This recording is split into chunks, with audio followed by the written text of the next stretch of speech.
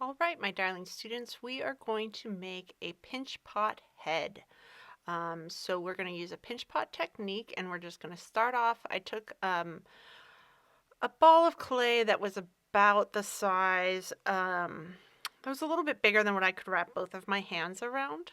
I divided that in half, and now I am starting by pressing in the middle with my thumb against the palm of my hand to even out those walls. I'm trying hard not to actually do anything with the edge of the piece, but start in the middle and work my way out, evening out those walls. And anywhere where it starts to get a little bit thin, I can pinch it back together so that way it doesn't get too wide on me. I want to keep it in like a nice tight bowl form.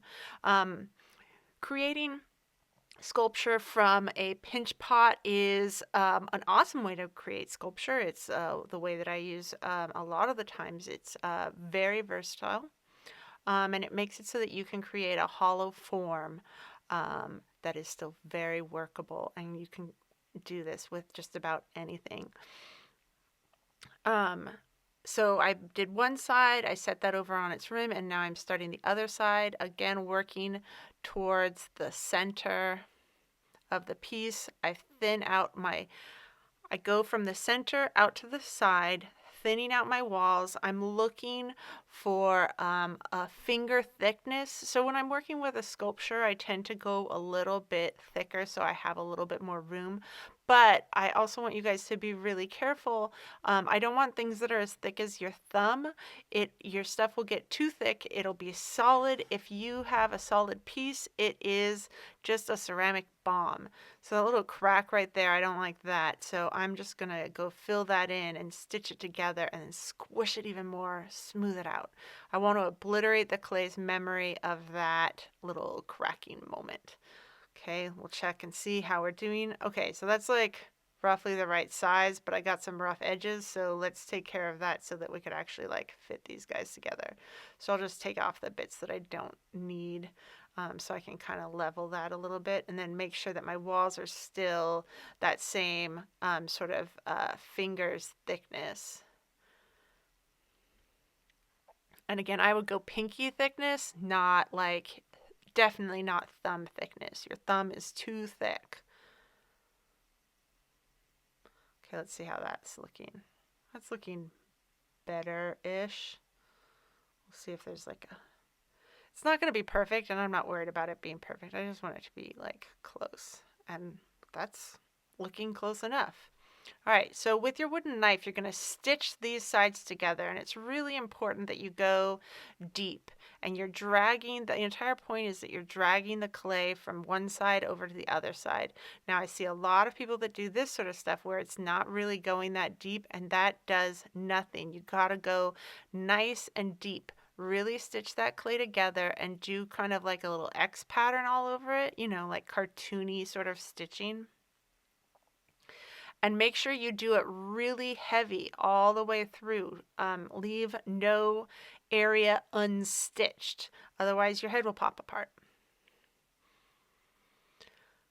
And also we want to make sure that we're going to seal air inside of there.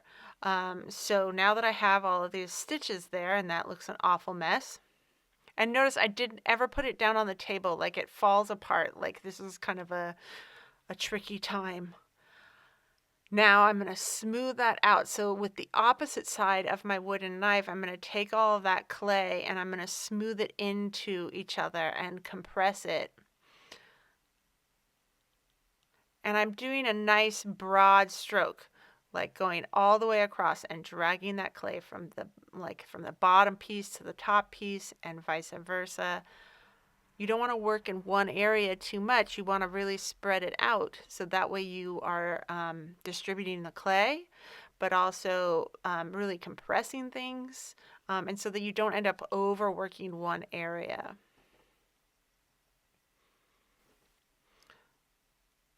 Once you get all of your sides like smoothed out and pretty, clean up your area, and then roll it around and pretend like you're a cat.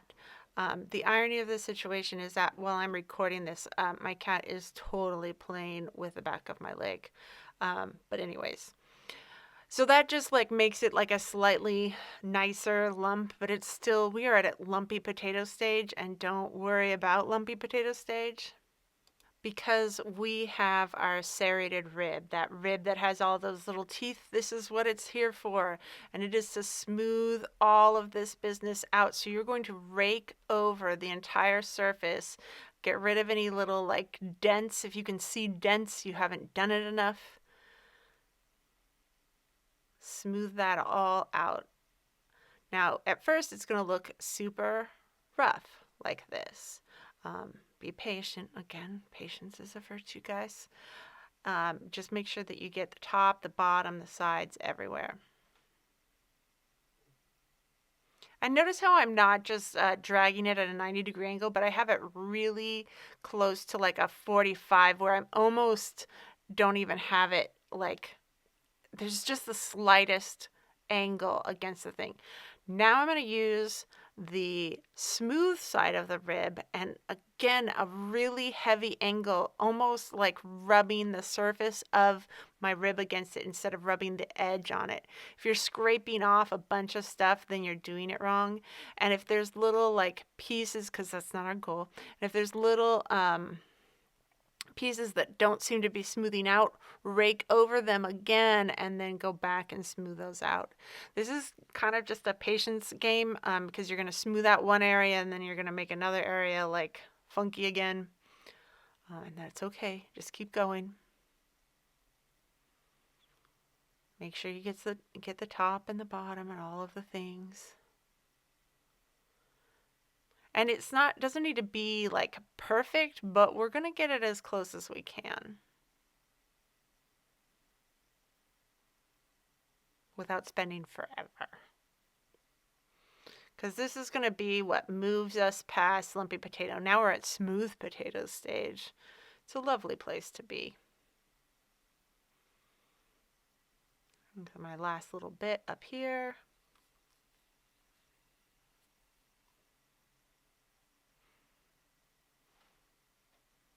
All right, now all these extra little like crummy bits, I can go back and just smooth all of that out just with my thumb. Notice I haven't used any water at all. Okay, now from this shape, I need to start creating the shape of my head. So heads are longer than they are wider. So the height of your head is the same as the depth of your head. If you want to measure this, measure your brow to the back of your skull, and then measure from your chin to like your hairline. And those are going to be pretty close approximations, okay? So a head is not a ball. A head is more, so here's my, like, so that shape, those two sizes kind of come together. And I want to round this over. I don't want it to be like, so that's pretty close. My front side and the depth of my head is going pretty even. So now I want to turn this into quadrants. So using the front part of the head, I'm going to drag just my finger around. And you can see I made kind of like this wedge on the back side. That's like where the base of the skull is. So the base of your skull and the back of your head is halfway up your head. Okay, so if I have this circle going all the way and I'm just checking to make sure that my top and my bottom are pretty like even, and I'm judging all of this from kind of the front angle, and then I'll divide the front and the back, and then I'm going to divide this into thirds, okay? So that's what those two lines were, and let's find the middle part up here, which now that I'm looking at that, I didn't do a very good job drawing the line down the middle.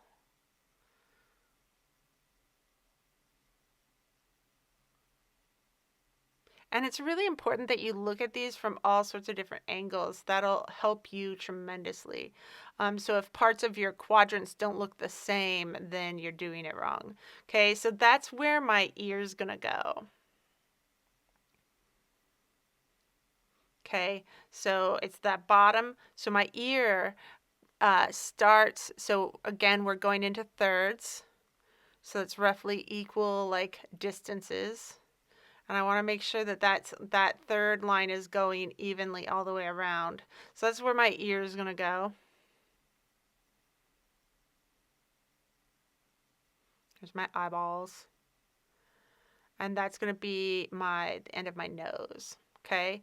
Now my chin is kind of rounded in and under right now. I got some severe like underbite. So I'm going to pull that out just by cupping my hand around the bottom of the chin. And I will be adding a little bit more clay later, but just by cupping my hand over the back of that and sort of pulling away, you can see that I'm starting to bring that chin out a little bit more.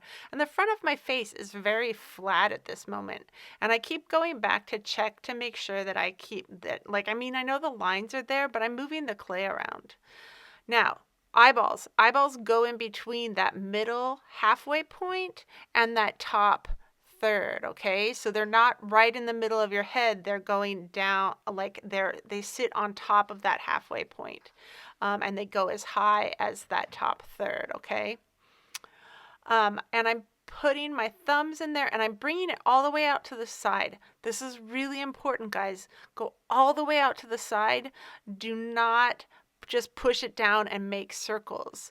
You don't have like that bone isn't really an apparent bone. That bone kind of sinks back into your skull, that outside part of your eye socket.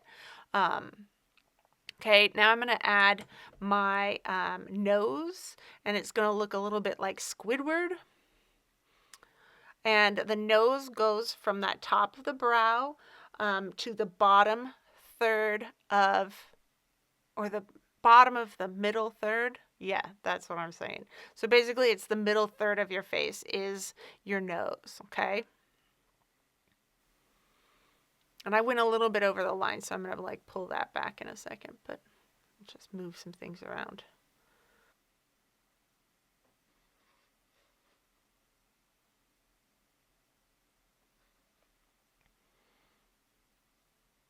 Okay, let's just make sure everything's staying pretty like even on this. Check it from underneath. Check to make sure that that's looking like fairly even. I'm going to check it from the top, and it got a little bit wider. So here's what happens if you work on it on the table for a while. Your head's going to start to like widen out, and I don't want my head to be like an even square. Like the depth, it should be deeper than it is wide. So just keep checking your head on that front and move it around often. Let's go make some lips.